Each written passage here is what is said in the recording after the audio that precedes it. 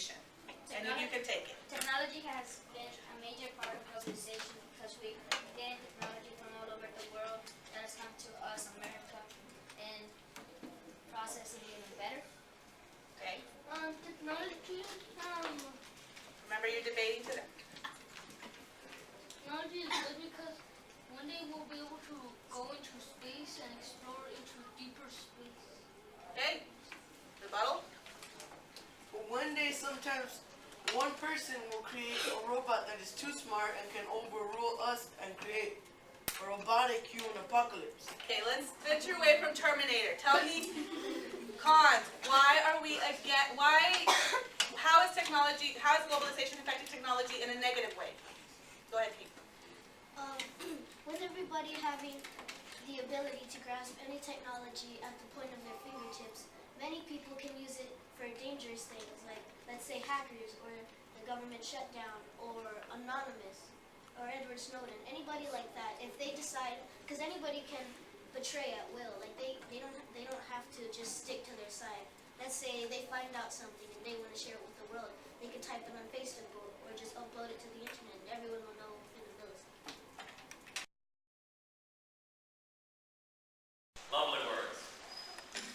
Magnificent words. Words that change the whole world. However, the document that you're talking about and the Constitution, which is also influenced by John Locke, wonderful words that were not applied to every citizen for the last 200 years of its existence. Native Americans were displaced from their property.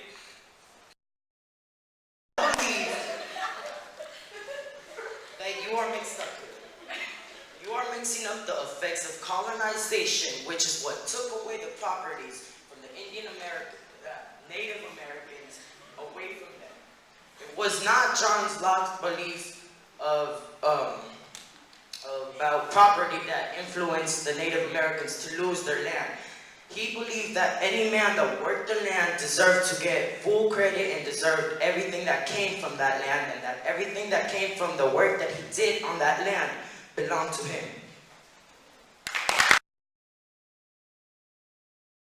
Clayton, what's characterization? The way the author describes the character. Very good. The way the author describes a character. We can describe two traits about a character. What are those two traits? Someone other than Clayton. Physical, and what else? Personality. Very good. Physical traits would be like a person's height, tall or short, big or little, dark hair, long hair, short hair, red hair. Okay? Personality traits would be kind-hearted, mean, greedy, selfish, kind-hearted, just very nice person, kind person. Okay? There are two types of characterization. What are those two types called? Direct and indirect. Direct and indirect. What is direct characterization? It Hold on. Okay. Hector? The author tells the audience what the character is like. Very good. The author tells the audience what the character is like. Okay? Good, good, good. What's indirect characterization? Amanda? The author shows things that reveal the personality of the character. Very good. The author shows you the character. Okay? And there are 5 different ways that the character does that, or that the author does that. And what are those 5? What's that mnemonic device called? STEAL. S-T-E-A-L. What's the S stand for, Kayla? Speech. Speech. Explain speech for me, please. What does the character say? How does the character say? Character says it. Very good. When we say how does a character say it, what does that mean?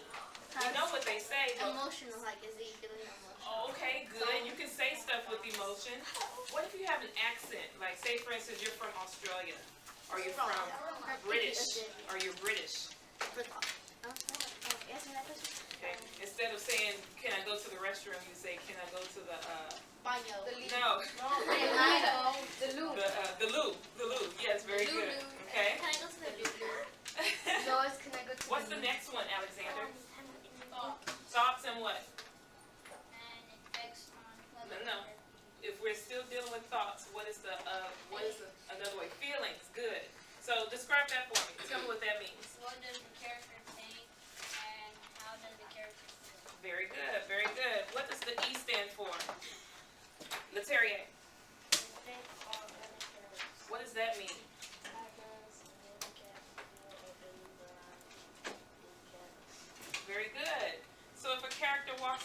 room and everyone else starts bowing down, goes to their knees, what can we say about that character? He's a He's a king or some form of royalty, right? Okay. Or if they stand at salute, like our soldiers do when the president walks by, right? Okay. So if the character walks into the room and everybody starts running, what does that mean? He may be scary, or he's mean, okay? Or a murderer. Okay, a bit extreme, but okay. Now what about if the character comes in and nobody even thinks twice to look at him or acknowledge him? ugly. Okay, maybe ugly. What He has else? a hideous face. He may not be popular. Very good.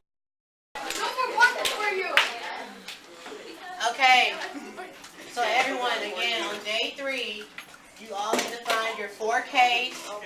You need to find your proportional equations. And you also need to make a new equation for Kayla's and Delia's new pairs of shoes and new dresses. She's buying 6 new pairs of shoes and she's buying 6 new dresses. So first, you need to find your K's for each equation before you can even make a proportional equation. Second, you're going to create 4 proportional equations for the girls. Kayla has 2, Delia has 2. Then you're going to plug in those new numbers into your X. Your shoes are your units and they are your X. Y is your cost. So that'll be your new cost when you plug in your new X's. And that's all you have to do. If you have any questions, let me know, and I'll be walking around and checking on y'all too. Yes, Caroline? all on this paper? That's all on the paper. Okay. All the instructions are right here. So if you need any help, let me know, and I'll come by and check as well. Okay, y'all good. Okay, so the K equals Y divided by X, right? Right now I'm doing the unit. K equals Y. Basically, like, it's What is that? It's an R. Okay, so K equals one pair of shoes, right? Y equals what? Pick either variable.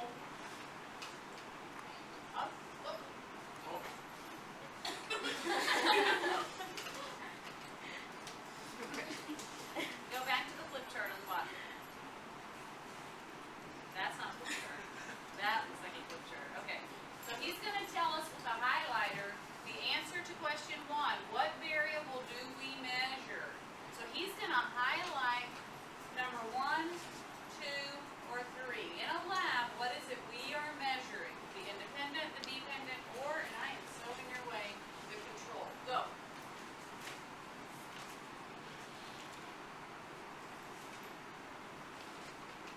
This is like a game show. What noise will it make?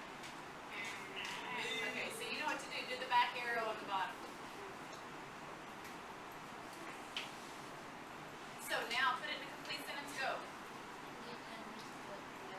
Turn it to the class because they can't hear. That board already knows the answer. Turn to the class.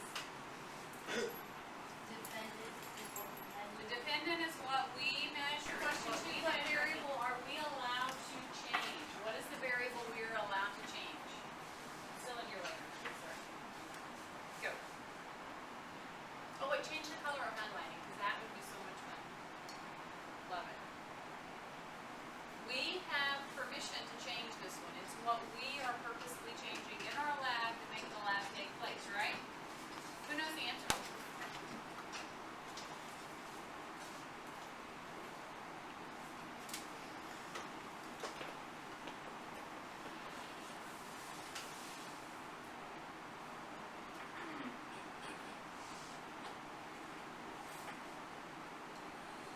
Okay, good job. So, tell me about the, put it in a complete sentence, go. No, turn around. And now you're just gonna say the variable that we can, go, hurry.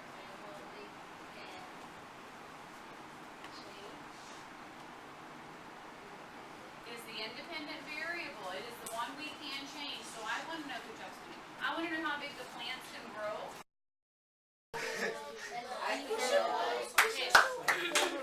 What I want you to do now, good, I'm glad y'all like that.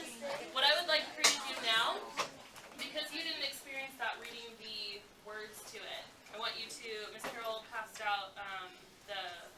to the poems, I would like for you to distribute those so that each of you has one.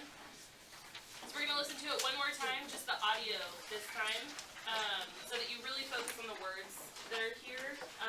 Be looking for figurative language. Be looking for things to possibly journal about, and then after we journal, we'll have a discussion on the poem.